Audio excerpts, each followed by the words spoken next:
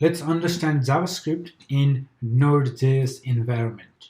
So I'm back to my terminal window, and if you still have this Node REPL running, you can exit using the shortcut Control C or Command C. Okay.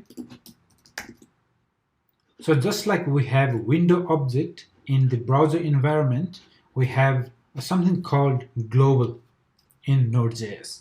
Okay. So if you type, first you need to type node, get into the node REPL mode, and then type global. So global is similar to window object. And once you hit enter, you see all these properties and methods we have available inside the global object.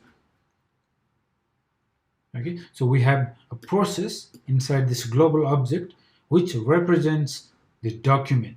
Okay, so the Node.js application you will build will be running in this process. So just like we have window and then we have document and everything, the entire markup, the template we create, the web page we create is inside this document.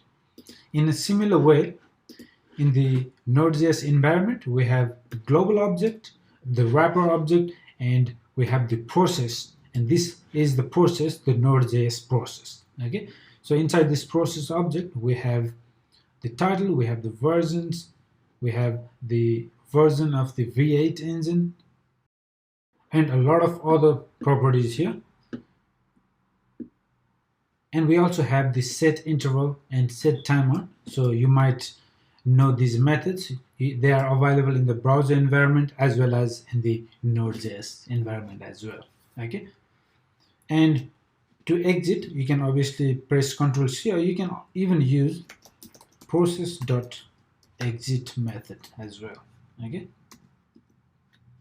So this is a basic overview of Node.js. Just like we have the window object and the document in the browser mode, we have global and we have process in Node.js.